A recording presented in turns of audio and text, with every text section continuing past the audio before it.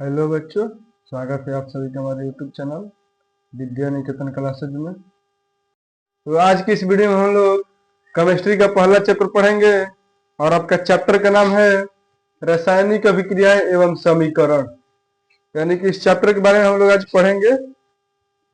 Chemistry का अर्थ होता है कि केमिस्ट्री के मतलब जितना केमिकल आपका दे, केमिकल के बारे में आपको पढ़ना होता है केमिस्ट्री में। और इससे एक क्वेश्चन पूछता है कि फादर ऑफ केमिस्ट्री यानी केमिस्ट्री के पिता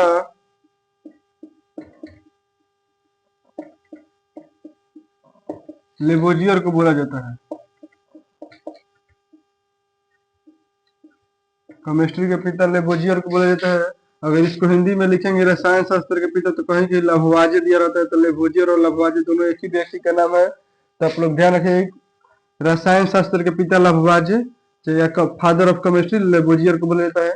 केमिस्ट्री के अंतर्गत केमिकलों का अध्ययन किया जाता है, इसीलिए इसको केमिस्ट्री बोला जाता है। अगर हम लोग पहला चैप्टर देखें तो इसे पहला दिया है रासायनिक अभिक्रिया। रासायनिक अभिक्रिया का अर्थ होता है कि जैसे कोई भी अभिक्रिया में पहले कोई एक या एक से अधिक तत्व किसी अन्य तत्व के साथ अभिक्रिया करके जिस नए तत्व का निर्माण करते हैं उस अभिक्रिया को रासायनिक अभिक्रिया कहा जाता है। तो इसका हम लोग परिभाषा लिखेंगे बोर्ड पर। तो सबसे पहले हम लोग रासायनिक अभिक्रिया के बारे में जानेंगे। तो रासायनिक अभिक्रिया का परिभाषा होता है कि जब कोई पदार्थ अकेले ही या किसी अन्य पदार्थों से क्रिया करके भिन्न गुण वाले एक या एक से अधिक नए पदार्थों का निर्माण करते हैं उसे रासायनिक अभिक्रिया कहा जाता है। यानी कि कोई पदार्थ अकेले या किसी अन्य पदार्थों से क्रिया करके जिस नए पदार्थ का निर्माण करते हैं उसका गुण पहले वाले पदार्थ की अपेक्षा अलग होता है, उसे ही रासायनिक अभिक्रिया बोला जाता है। यहाँ पर जैसे अगर हम इसको लिखना चाहें कि H2 प्लस में Cl2 अगर हम लेते हैं तो यहाँ पर आपका निकल कर आ जाएगा HCl। और HCl जब निकल कर आएगा तो इसको संतुलित करने पर यहाँ पर 2 लेना पड़ेगा, तो यहाँ पर आ गया H2 प्लस Cl2 निकल कर बन गया आपका 2HCl। यहाँ पर पहले हाइड्रोजन था और ये क्लोरीन जो कि पहले से गैस के रूप में था, और यहाँ पर हाइड्रोक्लोरिक अम्ल बन गया जो कि यहाँ पर अम्ल हो गया। तो इसका जो पहले एक या एक से अधिक पदार्थ अभिक्रिया करके नए पदार्थ का निर्माण कर दिया और इसका गुण दोनों का अलग अलग होता है, उसे ही रासायनिक अभिक्रिया कहा जाता है। और अभिक्रिया में दोनों तरफ एक तीर चिन्ह दिया, तीर चिन्ह के बायां साइड एक दायां साइड है। तो तीर चिन्ह के जो अभिक्रिया में भाग लेता है उसे अभिकारक कहते हैं। जो अभिक्रिया में भाग लेता है उसे अभिकारक कहते हैं। यानी कि तीर चिन्ह के बायां साइड वाले को अभिकारक बोलेंगे और तीर चिन्ह के दाएं साइड वाले को बोलेंगे प्रतिफल। यानी कि अभिक्रिया के फल स्वरूप जिस नए पदार्थ का निर्माण होता है उसे प्रतिफल बोला जाता है। अगर हम लोग आगे बढ़ेंगे तो इसमें दिया है कि रासायनिक अभिक्रिया की विशेषताएं। तो सबसे पहले अगर आप लोग क्वेश्चन अगर आता है कि रासायनिक अभिक्रिया की विशेषताओं को लिखिए, ये क्वेश्चन हो गया। तो जब भी कोई भी विशेषता लिखना होता है, चाहे कुछ अंतर लिखना होता है, तो सबसे पहले लिखते हैं कि रासायनिक अभिक्रिया के निम्नलिखित विशेषताएं हैं। तो आपका पहला विशेषता यहाँ पर हो जाएगा। यहाँ पर अगर हम लिखना चाहें पहला विशेषता, तो पहला विशेषता आपका हो जाएगा गैस की उत्पत्ति। गैस की उत्पत्ति आपका दूसरा हो जाएगा। गैस की उत्पत्ति के बाद आप लोगों का बन जाएगा अवक्षेप। तो अवक्षेप का बनना, और आगे अगर हम लोग आगे बढ़ेंगे तो यहाँ पर अगला आपका आ जाएगा, तीसरा आपका हो जाएगा रंग परिवर्तन। तीसरा आपका हो जाएगा रंग परिवर्तन। चौथा आपका हो जाएगा ताप में परिवर्तन। चौथा आपका हो जाएगा ताप में परिवर्तन। और आपका पांचवा परिवर्तन हो जाएगा आपका अवस्था में परिवर्तन। आपका हो जाएगा अवस्था में परिवर्तन। यानी कि रासायनिक अभिक्रिया के 5 विशेषताएं होती है। पहला होता है गैस की उत्पत्ति, दूसरा होता है अवक्षेप का बनना, तीसरा होता है रंग का परिवर्तन, चौथा होता है ताप में परिवर्तन, पांचवा होता है अवस्था में परिवर्तन। यानी कि सभी रासायनिक अभिक्रिया की विशेषताएं हैं। आप लोग इसको देख लीजिएगा ध्यान से। लोग आगे बढ़ेंगे तो आपका दिया रासायनिक समीकरण। तो रासायनिक समीकरण आप लोग को मालूम होगा कि किसी रासायनिक अभिक्रिया में भाग लेने वाले उसके संकेतों एवं सूत्रों की सहायता से संक्षिप्त निरूपण ही रासायनिक समीकरण कहलाता है। यानी कि अगर इसका परिभाषा लिखना चाहें तो किसी रासायनिक अभिक्रिया में भाग लेने वाले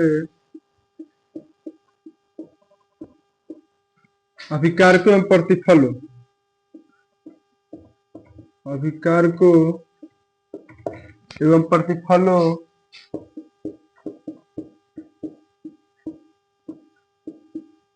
अभिकारकों एवं प्रतिफलों के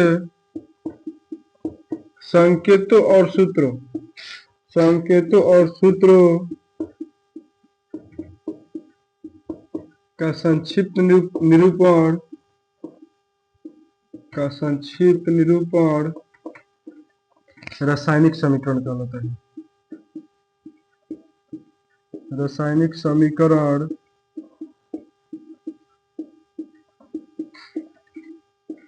कहलाता है।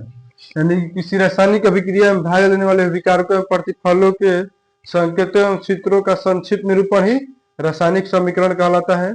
अगर आगे बढ़ेंगे तो इसमें दिया है रासायनिक समीकरण दो प्रकार के होते हैं। रासायनिक समीकरण आपका दो प्रकार का होता है, तो यहीं पर लिख देंगे रासायनिक समीकरण दो प्रकार के होते हैं।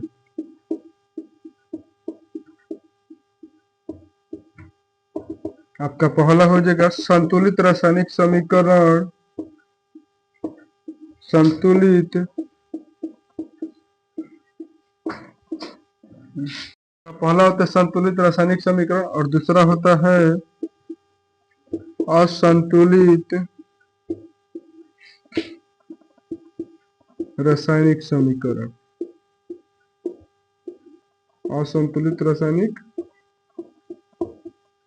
समीकरण, तो आप लोग अब इसके बारे में पढ़ेंगे। संतुलित रासायनिक समीकरण और असंतुलित रासायनिक समीकरण के बारे में पढ़ेंगे। पहले हम लोग संतुलित रासायनिक समीकरण के बारे में पढ़ेंगे। तो संतुलित रासायनिक समीकरण का परिभाषा होता है कि वह रासायनिक अभिक्रिया या वह रासायनिक समीकरण जिसमें अभिकारों एवं प्रतिफल दोनों ओर के परमाणुओं की संख्या समान रहती है। यहाँ पर लिखते हैं वह रासायनिक समीकरण, वह रासायनिक समीकरण जिसके अभिकारक और प्रतिफल, अभिकारक और प्रतिफल दोनों ओर के परमाणुओं की संख्या समान होती है, उसे संतुलित रासायनिक समीकरण कहते हैं। उसे संतुलित रासायनिक समीकरण कहते हैं। यानी कि जिसके अभिकारक एवं प्रतिफल दोनों के परमाणु की संख्या समान रहती है उसे ही संतुलित रासायनिक समीकरण कहा जाता है। जैसे कि मान लीजिए आपके यहाँ पर एक क्वेश्चन दे रहे हैं, जैसे कि H2 प्लस में Cl2, यहाँ पर अगर हम HCl लिख रहे हैं तो ध्यान से देखिए तो दोनों ओर के परमाणु की संख्या समान नहीं है। इधर हाइड्रोजन यहाँ पर दो परमाणु है, यहाँ पर क्लोरीन के दो परमाणु, लेकिन यहाँ पर एक है और यहाँ पर हाइड्रोजन भी एक है। तो यहाँ पर अगर हम 2 से गुना करा देंगे दोनों ओर के परमाणुओं की संख्या अब समान होगी। यहाँ पर 2 हाइड्रोजन हो गया और 2 क्लोरीन हो गया, इधर भी 2 हाइड्रोजन है और 2 क्लोरीन, यानी कि इसी को हम लोग बोलेंगे संतुलित रासायनिक समीकरण। यानी कि दोनों ओर के परमाणु की संख्या आपस में बराबर होगी, उसी को बोलेंगे संतुलित रासायनिक समीकरण। हम लोग आगे देखेंगे तो आगे आपका दूसरा नंबर दे था असंतुलित रासायनिक समीकरण। तो असंतुलित रासायनिक समीकरण का अगर परिभाषा लिखेंगे तो वह रासायनिक समीकरण जिसके अभिकारक और प्रतिफल दोनों ओर के परमाणुओं की संख्या समान नहीं हो, यानी कि इसमें अभिकारक और प्रतिफल दोनों परमाणुओं की संख्या समान नहीं रहती है, उसे ही हम लोग असंतुलित रासायनिक समीकरण कहते हैं। अगर एग्जाम्पल में अगर हम लोग लेंगे तो यहाँ पर ले सकते हैं H2 प्लस में O2, यहाँ पर निकल कर बनेगा आपका H2। अगर ध्यान से देखेंगे तो यहाँ पर हाइड्रोजन यहाँ पर 2 परमाणु है और ऑक्सीजन के यहाँ पर 2 परमाणु है। इधर हाइड्रोजन के 2 परमाणु तो संतुलित है, लेकिन यहाँ पर ऑक्सीजन 2 है लेकिन यहाँ पर 1 है, यानी कि दोनों परमाणु की संख्या आपस में बराबर नहीं है। और ऐसे ही अभिक्रिया, ऐसे ही समीकरण को बोलेंगे हम लोग असंतुलित रासायनिक समीकरण।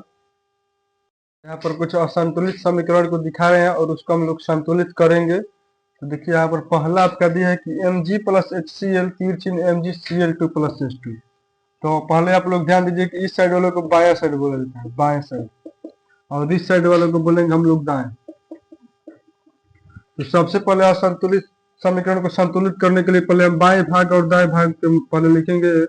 तो बाएं भाग में आपका Mg हाइड्रोजन और क्लोरीन दिया है बाएं भाग में, और इधर भी दिया आपका Mg क्लोरीन और H2 बाएं भाग, और यहाँ पर दाएं भाग में लिख देंगे।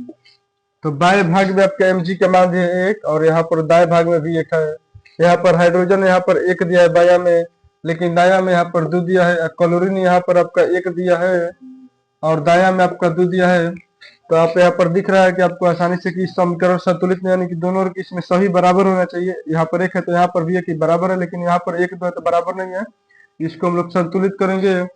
तो संतुलित करने के लिए यहाँ पर हम लोग देखेंगे तो यहाँ पर हाइड्रोजन 1 है, लेकिन यहाँ पर 2 है। अगर हम यहाँ पर 2 से गुना करा देंगे तो यहाँ पर 2 हाइड्रोजन हो गया, और इधर भी 2 हाइड्रोजन है, और क्लोरीन यहाँ पर 2 है। तो यहाँ पर अगर ध्यान से दें तो 2 और Cl में गुना करेंगे तो आपका आ गया 2Cl2, और Mg प्लस में 2HCl आपका संतुलित होकर आपका निकल गया MgCl2 प्लस में H2O। अगर इसको नहीं ऐसे कर पाए तो इसको तिरछा तिरछी गुना करा देंगे तो भी आ जाएगा। 2 में 1 में गुना करेंगे तो यहाँ पर 2 से गुना करा देंगे, 2 में 1 में गुना करेंगे तो आपका 2 से, यानी दोनों 2 ही है, तो यहाँ पर हम केवल 1 2 लिख सकते हैं। चलिए आप लोग एक क्वेश्चन आप लोग घर से बनाकर देखिएगा कि यहाँ पर दिया है Fe प्लस H2O तीर चिन्ह 6CO4 प्लस में H2, इसको संतुलित करना है। तो चलिए मिलते हैं हम लोग अगली वीडियो में। हमारे चैनल पर पहली बार आए हैं तो इस चैनल को सब्सक्राइब कीजिए। अगर आप लोगों को वीडियो अगर अच्छा लग रहा है तो वीडियो को लाइक कीजिए, कमेंट कीजिए।